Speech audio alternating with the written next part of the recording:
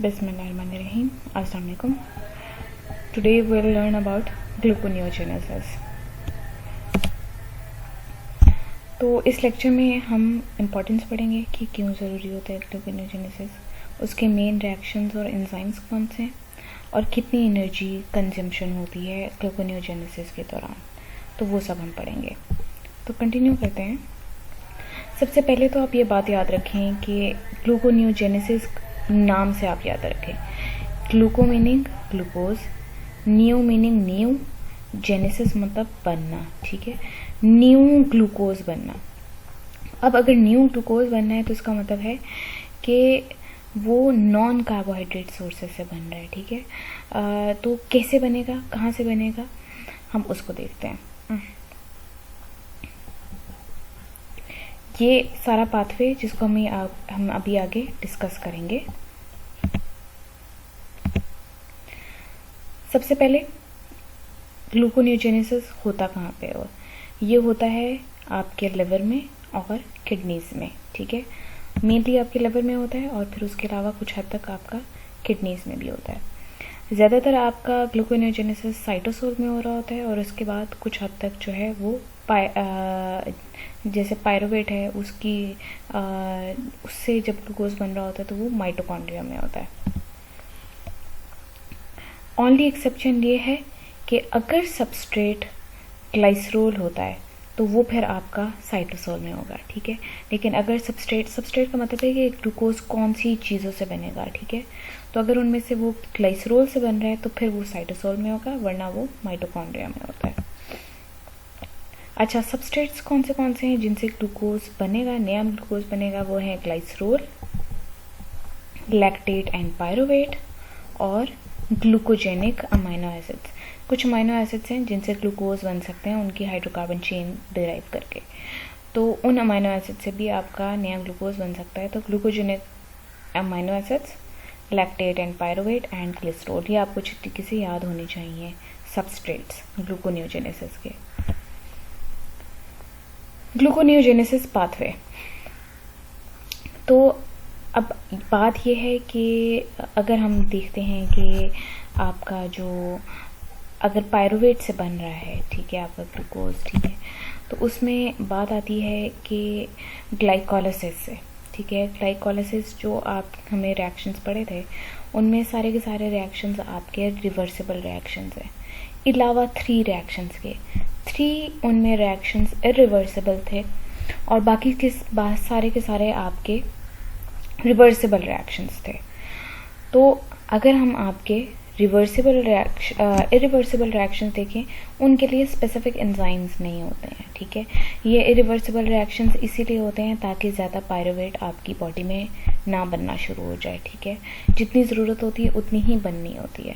अब होता क्या है कि जब आपको ग्लूकोज की ज़रूरत होती है, ठीक है, और हमें पायरुवेट से ग्लूकोज लेना हो, ठीक है, तो फिर क्या होता है कि आपके जो हैं स्पेसिफिक एंजाइम्स होते हैं, ठीक है, और वो जो ये आपके इरिवर्सिबल रिएक्शंस हैं इनके ज़रिए से वापस आपका जो ग्लाइकोलाइसिस है वो रिएक्शन आपका फिर से वापस होता है, पायरुवेट से सीधा ग्लूकोज बनता है रिवर्सिबल फॉर्म में, ठीक है। तो पूरा आपका रिएक्शन जो है वो आपका उल्टा चलेगा। इसमें एक तो आपका ग्लाइकोलाइसिस भी इन्वॉल्व होता है और एक आपका क्रेब्स साइकिल भी इन्वॉल्व होता है, इसलिए हमने पहले आपका ग्लाइकोलाइसिस और क्रेब्स साइकिल पढ़ा था, ठीक है।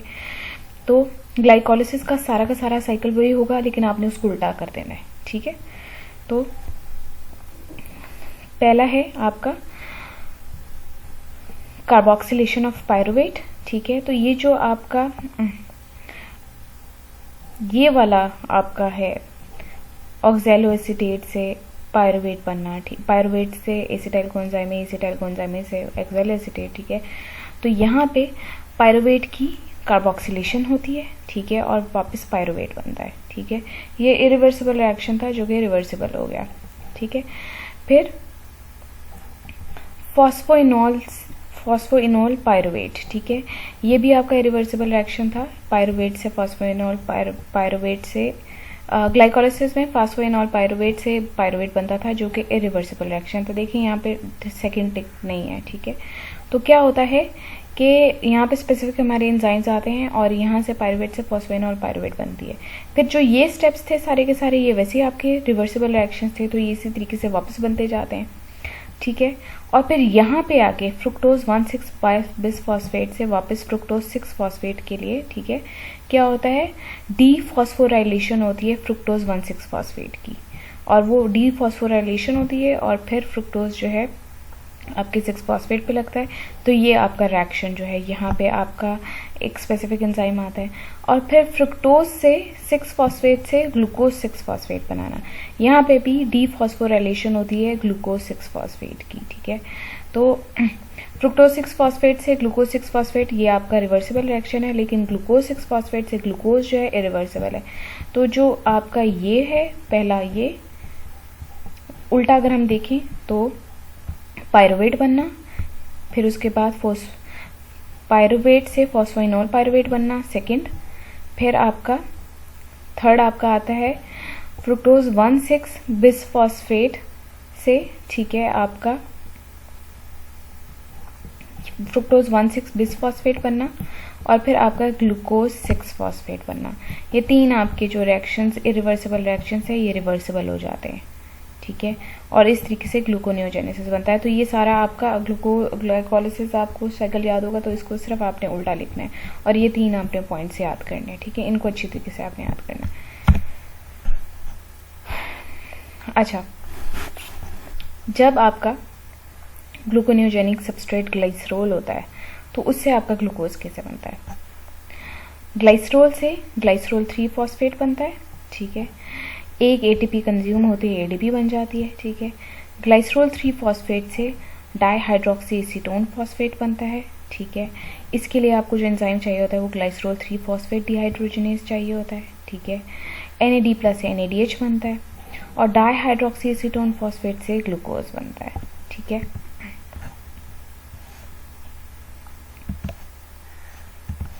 तो जो ये वाला रिएक्शन है, ठीक है, ये आपका यहाँ पे आ रहा होता है, ट्राईहाइड्रोक्सी एसीटोन से ग्लूकोज बन जाता है, ठीक है। तो ये जो है सिर्फ आपका ये वाला जो ग्लिसरोल वाला है ये आपका सिर्फ लिवर और किडनीज में होता है, ठीक है। अब glucogenic amino acids, glucogenic amino acids ये वाला जो रिएक्शन है ये आपके सिर्फ उसमें हो रहे होते हैं, टिश्यूज में हो रहे होते हैं, मसल्स में हो रहे होते हैं, ठीक है। तो इसमें क्रेब्स साइकिल काम आता है, ठीक है। तो यहाँ पे जो है एसिटाइल कोन एंजाइम से सिट्रेट, सिट्रेट से आइसोसिट्रेट, आइसोसिट्रेट से अल्फा कीटोग्लूटारेट, यहाँ पे जो आपके अमाइनो एसिड्स आते हैं ग्लूटामेट और ग्लूटामाइन, ठीक है। फिर ये यहाँ पे आते हैं अल्फा कीटोग्लूटारेट से सक्सिनाइल कोएंजाइम ए में जो अमाइनो एसिड्स आते हैं मीथियोनाइन और वेलाइन आते हैं, ठीक है। फिनाइलएलेनिन, टायरोसाइन और एस्पार्टेट और एस्पाराजिन, ये सब आपके अमाइनो एसिड से आपका क्रेब्स साइकिल जो है वो चल रहा होता है। होता क्या है कि आपका जो है लैक्टेट से भी आपका पायरुवेट आ सकता है, ठीक है। लैक्टेट से पायरुवेट आता है, पायरुवेट से एसिटाइल कोएंजाइम ए आता है, ठीक है। यहाँ पे आपकी जो है अमाइनो एसिड्स आते हैं, ठीक है, और फिर ये आपका साइकिल चलता है। अब लैक्टेट का जो है कोरी साइकिल, कोरी साइकिल जो है ये उसको कहते हैं जब हमारा ग्लूकोज लैक्टेट से बन रहा होता है। वेरी सिंपल, इसमें होता क्या है, जब आपका डाइट से फूड आता है, ठीक है, आपकी ग्लूकोज जो या आपकी जो ग्लूकोज लिवर में बन रही थी वो आती है ब्लड में, ब्लड से वो जाती है मसल्स में, मसल्स में से ग्लूकोज की आपकी ऑक्सीडेशन होती है और लैक्टेट प्रोड्यूस होता है एनारोबिकली जब आपका प्रोड्यूस हो रहा होता है, ठीक है। जब ज़्यादा एक्सरसाइज हो रही होती है तो लैक्टेट प्रोड्यूस होता है। ये लैक्टेट जाता है लिवर में और लिवर में जाके दोबारा ग्लूकोज दे देता है। इसको हम कोरी साइकिल कहते हैं। इससे भी आपका जो है नया ग्लूकोज बनता है, ठीक है। तो ये हमारा एक सिंपल साइकिल है, ठीक है, लिवर और मसल के दौरान, ठीक है। तो लिवर से ग्लूकोज जाएगा मसल्स के दौरान, मसल्स में उसकी ऑक्सीडेशन होती है, लैक्टेट बनता है एनारोबिकली, लैक्टेट वापस लिवर में जाता है, वहां से वो लिवर उसको ग्लूकोज में कन्वर्ट कर देता है। अच्छा, अब आपकी पायरुवेट कार्बोक्सिलेशन, ठीक है, जो पहला आपका स्टेप था जिसके बारे में बात कर रहे थे, वो कैसे होता है। उसके लिए आपको चाहिए होता है पायरुवेट कार्बोक्सिलेज और बायोटिन कोफैक्टर चाहिए होता है, ये विटामिन है आपका, ठीक है। कार्बोहाइड्रेट चाहिए होती है, एटीपी चाहिए होती है, ठीक है। और फिर हमारा पायरुवेट ऑक्सैलो एसीटेट में कन्वर्ट हो जाता है, ठीक है। तो यहाँ पे देखें आप, नॉर्मल क्या होता है कि आपकी फास्टिंग स्टेट में आपका क्या हो रहा होता है कि ना आपकी जो कार्बन डाइऑक्साइड है फ्रॉम HCO3 यहाँ पे is activated and transferred by pyruvate carboxylase to its biotin prosthetic group। होता क्या है कि CO2 और HCO3 ये दोनों के दोनों पायरुवेट कार्बोक्सिलेज जो है ट्रांसफर कर रहे होते हैं, ठीक है।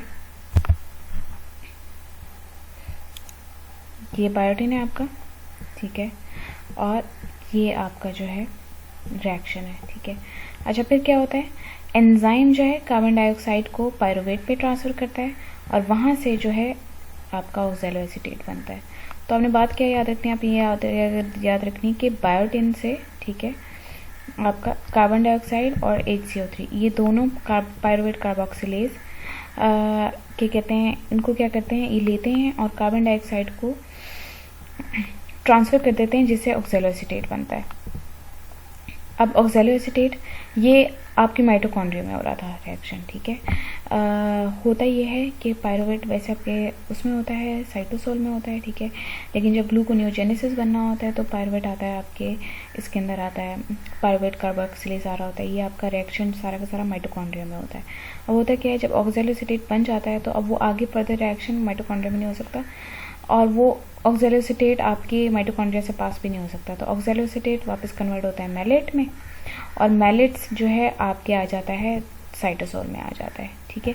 फिर यहाँ पे मैलेट रीऑक्सीडाइज होता है, रीऑक्सीडाइज होके वो उसकी क्या होती है, ऑक्सीडेटिव डीकार्बोक्सिलेशन हो रही होती है, फॉस्फोराइलेशन हो रही होती है और यहाँ से जो है ये आपका फिर वही जो है वापस आपका पायरुवेट जो है वो बन जाता है, ठीक है। तो ये आपका इस तरीके से होता है।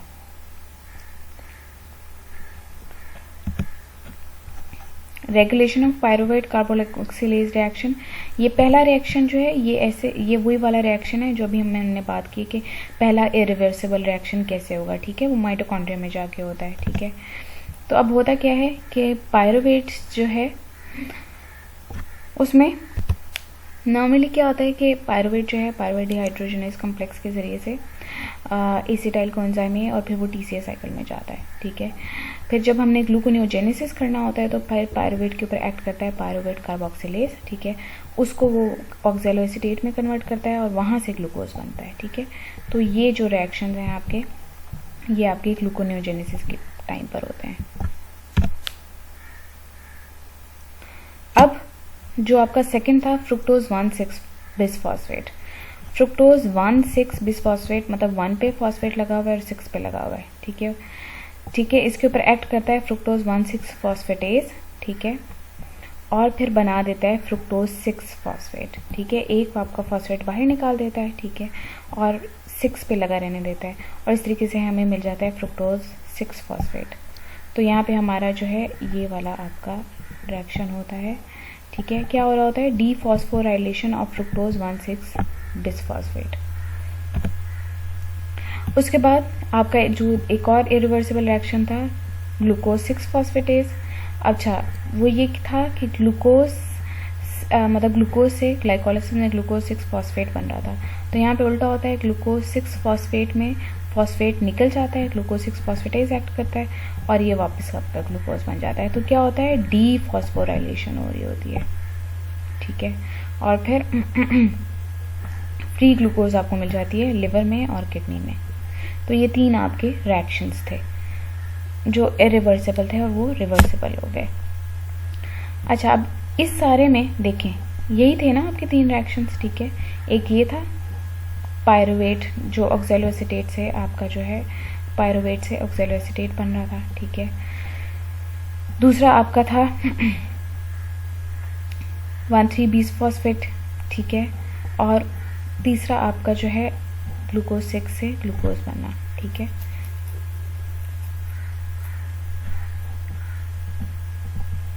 तो ये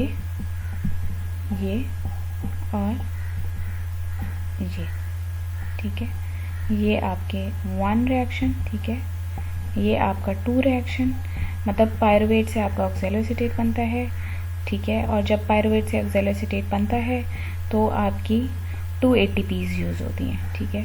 फिर ऑक्सैलोएसीटेट से फॉस्फेनॉल पायरुवेट बनता है तो यहाँ पे 2 GTPs यूज़ होती हैं, ठीक है।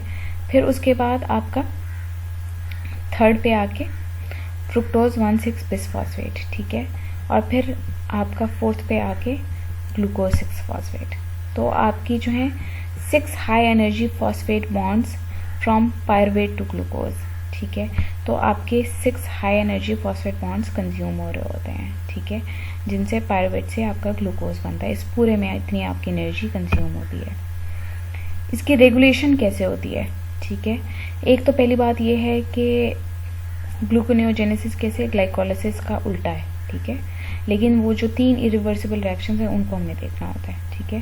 तो रेसिप्रोकल कंट्रोल होता है, ठीक है, वो जो 3 आपके इरिवर्सिबल रिएक्शंस थे वो 3 आपके दूसरे एंजाइम्स के जरिए से रिवर्सिबल हो जाते हैं। फिर एलोस्टेरिक आपका जो कंट्रोल है वो ये है कि यहाँ पे आपका आके पायरुवेट कार्बोक्सिलेज और फ्रुक्टोज 1,6 फॉस्फेटेज, ये दोनों आपके एंजाइम्स काम कर रहे थे, ठीक है।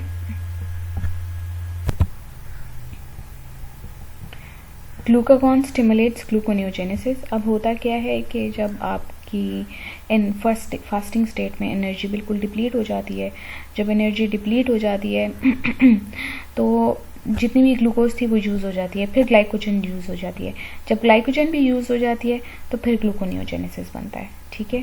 तो वो आपका जो है ग्लूकागॉन, जब आपकी ब्लड में इंसुलिन ख़त्म हो जाती है, ठीक है, ग्लूकागॉन आ जाती है, वो स्टिमुलेट करता है ग्लूकोनियोजेनेसिस को। तो की पॉइंट्स ये हैं कि gluconeogenesis is an important pathway for glucose production from non carbohydrate sources, ठीक है। तो नॉन कार्बोहाइड्रेट सोर्सेज के जरिए से आपका ग्लूकोनियोजेनेसिस होता है, ठीक है। और ये कब होता है? जब आपकी प्रोलॉन्ग्ड फास्टिंग होती है, ठीक है। दूसरा आता है आपका लैक्टेट, ग्लाइसरोल और ग्लूकोजेनिक अमाइनो एसिड्स, ये सब के सब मेजर सबस्ट्रेट्स हैं, तो ये आपने याद रखना है। तीसरा, gluconeogenesis is not a simple reversal of glycolysis. In fact, gluconeogenesis require 4 unique reactions to circumvent the 3 irreversible reactions of glycolysis. Glycolysis का उल्टा नहीं है, 3 जो irreversible reactions हैं वो ग्लूकोनियोजेनेसिस में रिवर्सिबल कराता है। तो वैसे अगर आपने याद रखना है तो आपने ये याद रखना है, कोरी साइकिल को याद रखना है अपने, ठीक है, वो अलग से था, ठीक है, वो तब था जब आपकी लैक्टेट से आपका ग्लाइकोलाइसिस हो रहा था, ग्लूकोनियोजेनेसिस बन रहा था। जब पायरुवेट से हो रहा होता है तो वो सारा का सारा आपका ग्लाइकोलाइसिस का उलट है, लेकिन 3 इरिवर्सिबल रिएक्शंस के ऊपर आके ज़रा डिफरेंट आपके एंजाइम्स लग रहे होते हैं, ठीक है। और ग्लूकोनियोजेनेसिस और ग्लाइकोलाइसिस ये रेसिप्रोकली कंट्रोल हो रहे होते हैं, ठीक है। और इससे ये होता है कि आपके ये दोनों, मतलब आप कह लें कि साइड बाय साइड आपके चलते हैं। It is mainly anabolic pathway that consumes ATP for the synthesis of glucose. इसमें ये हो रहा था, देखें अब होता ये है कि कुछ आपके टिश्यूज़ होते हैं जो ग्लूकोज ही यूज़ करते हैं, जैसे ब्रेन है, ठीक है, तो वो अपनी वर्किंग के लिए ग्लूकोज के अलावा और किसी तरीके से एनर्जी यूज़ नहीं करते। तो इनके लिए फिर हम एनर्जी कंज्यूम करते हैं, उल्टा एनर्जी कंज्यूम करके ग्लूकोज बनाते हैं, ताकि वो जो हमारे कुछ ऑर्गन्स हैं जिनको ग्लूकोज चाहिए होता है अपने फंक्शन के लिए, उनको ग्लूकोज मिल जाए, ठीक है। तो ये आपका ग्लूकोनियोजेनेसिस है। आपने जो याद रखना है वो याद रखना है कि कौन से सबस्ट्रेट्स थे, ठीक है। कोरी साइकिल को याद करना है, ये याद करना है कि ग्लाइकोलाइसिस का उल्टा है, सारे आपके ग्लाइकोलाइसिस के उल्टे रिएक्शंस आपको आने चाहिए, लेकिन वो जो 3 थे उनको आपने पॉइंट आउट करना है, वहाँ पे आपने डिफरेंट एंजाइम्स लिखने हैं, ठीक है। और फिर एंड में यह बताना है कि एनर्जी कितनी कंज्यूम हुई थी इसको बनाने के लिए। This is it for today. Thank you for your concentration. अल्लाह हाफ़िज़।